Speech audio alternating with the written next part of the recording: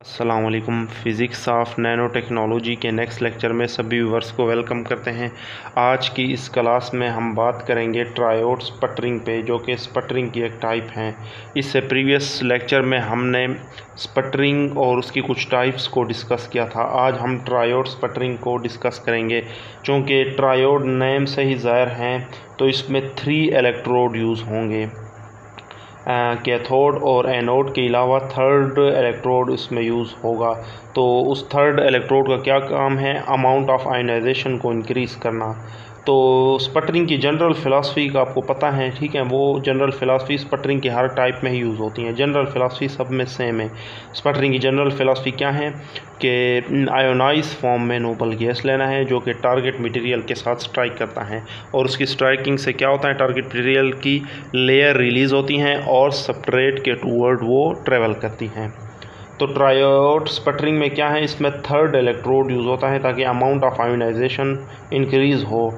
तो third electrode amount of ionization को increase करता है। जितने ज़्यादा आयंस होंगे उतने ही ज़्यादा आयंस जो है ना ये टारगेट के साथ स्ट्राइक करेंगे, और इसी तरीके से जो है ना मोर फास्टली जो है ना सबस्ट्रेट पे लेयर डिपॉजिट होगी।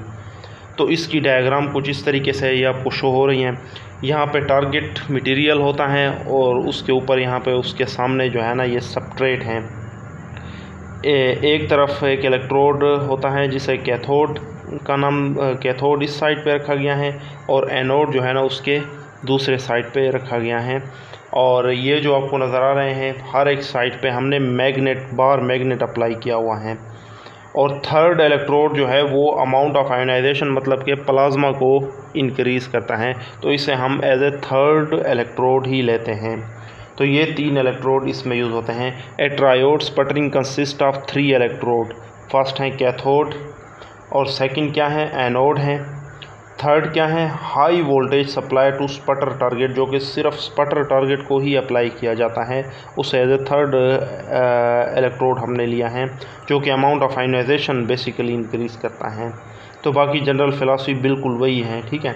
तो जितने ज़्यादा अमाउंट ऑफ आयोनाइजेशन होंगे उतने ही ज़्यादा जो है ना तेज़ी से ये टारगेट मटेरियल की जो लेयर है वो सबस्ट्रेट की सरफेस पे डिपॉजिट होगी। क्लियर है ये? इसके बाद इसके कुछ एडवांटेज और डिसएडवांटेज को डिस्कस कर लेते हैं। इसके एडवांटेज ये हैं कि इसके अंदर जो डिस्चार्ज हैं वो लोअर प्रेशर पे ये जनरेट होता है, लोअर वोल्टेज इसमें यूज़ होता है, और हायर कूटिंग रेट भी बहुत ज़्यादा है। चूँकि 3 इलेक्ट्रोड यूज़ हुए हैं, अमाउंट आयोनाइजेशन बहुत ज़्यादा है, तो कूटिंग रेट भी फास्टली हैं और बहुत ज़्यादा होती हैं इसके अंदर। इन ट्रायोड स्पटरिंग देयर में lower discharge pressure, lower voltage and higher coating rates, ठीक है। डिसएडवांटेज इसके क्या है, more difficult to manage the system, तो ऐसे सिस्टम को मैनेज करना भी बहुत मुश्किल होता है। सही है, डिफ़िकल्ट होता है। स्पटरिंग की नेक्स्ट टाइप है मैग्नेट्रॉन स्पटरिंग। तो इसमें क्या किया जाता है, मैग्नेटिक फील्ड अप्लाई किया जाता है।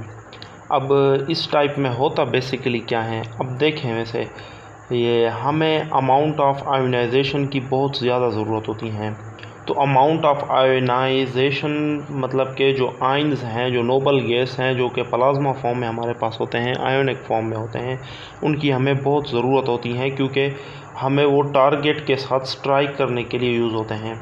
अगर कोई ऐसा प्रोसेस हमारे पास हो कि अमाउंट ऑफ आयोनाइजेशन या नोबल गैसेस जो कि आयोनिक फॉर्म में है, जो कि टारगेट के साथ स्ट्राइक करेंगे, अगर वो टारगेट के बिल्कुल करीब लाए जाएं कि हर वक्त टारगेट के साथ स्ट्राइक करते रहें हर वक्त, और इसी तरीके से टारगेट की लेयर जो है ना हमें मोर क्विकली मिल सके सबस्ट्रेट की सरफेस पे, तो उसका एक तरीका ये है कि हम मैग्नेटिक फील्ड अप्लाई करें।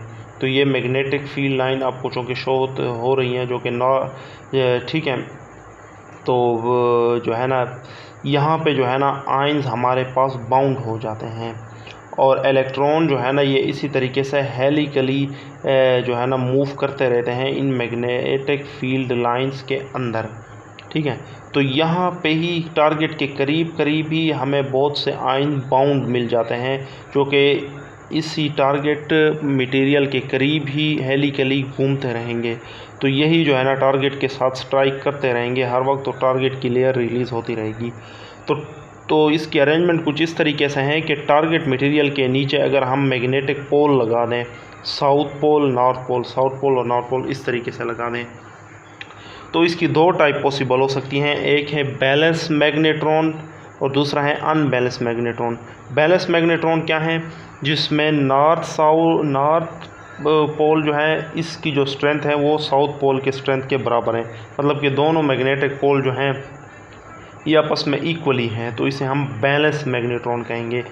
अगर साउथ पोल को हम की स्ट्रेंथ को हम बढ़ा दें नॉर्थ पोल से, या नॉर्थ पोल की स्ट्रेंथ को बढ़ा दें साउथ पोल से, तो ये ग्रेटर देन या इक्वल हो सकता है, ठीक है, या लेस देन हो सकता है इस तरीके से, तो इसे हम अनबैलेंस कहते हैं। तो इसमें अनबैलेंस मैग्नेट्रॉन में हम क्या करते हैं, साउथ पोल की स्ट्रेंथ बढ़ा देते हैं नॉर्थ पोल से, सही है। तो हम अनबैलेंस मैग्नेट्रॉन स्पटरिंग भी यूज़ करते हैं यूजुअली, और बैलेंस को भी यूज़ करते हैं। इससे नेक्स्ट लेक्चर में हम अनबैलेंस मैग्नेट्रॉन स्पटरिंग को डीपली पढ़ेंगे, तो ये एक अलग सा एक टॉपिक है मैग्नेट्रॉन स्पटरिंग का। तो हम जनरली वैसे मैग्नेट्रॉन स्पटरिंग को देखते हैं। तो मैग्नेट्रॉन स्पटरिंग का बेसिक क्या काम है कि जो आयंस हैं वो टारगेट मटेरियल के करीब करीब रहें, मैग्नेटिक फील्ड के अंदर रहें। तो ये जो पोल्स हमने लगाए हैं ये टारगेट के अराउंड मैग्नेटिक फील्ड क्रिएट करते हैं, और इन्हीं मैग्नेटिक फील्ड के अंदर आयंस बाउंड होते हैं जो कि हर वक्त इस टारगेट के साथ स्ट्राइक करते रहेंगे। क्लियर हुई ये बात? In magnetron sputtering plasma is limited only to area near the target surface. तो प्लाज्मा यहाँ पे लिमिटेड सरफेस के अंदर होती है, यहाँ नहीं हो सकती, जस्ट मैग्नेटिक फील्ड के अंदर ही बाउंड रहेगी।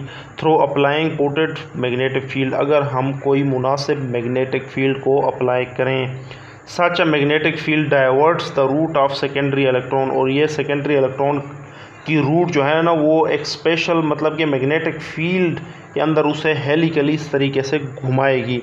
And electron are moving in helically, और इलेक्ट्रॉन जो है ना वो हेलिकली मूव करते रहेंगे। तो इलेक्ट्रॉन जो है ना हेलिकली इसके अंदर जो है ना मूव करते रहते हैं, और आयंस जो होते हैं ना, इलेक्ट्रॉन और आयन मतलब कि प्लाज्मा, हमें जो है ना ये नोबल गैसियस हम यूजुअली यूज़ करते हैं स्पटरिंग पर्पस के लिए, और वो जो है ना हमारे पास यूजुअली आयोनाइज फॉर्म में होता है, मतलब कि प्लाज्मा फॉर्म में होता है।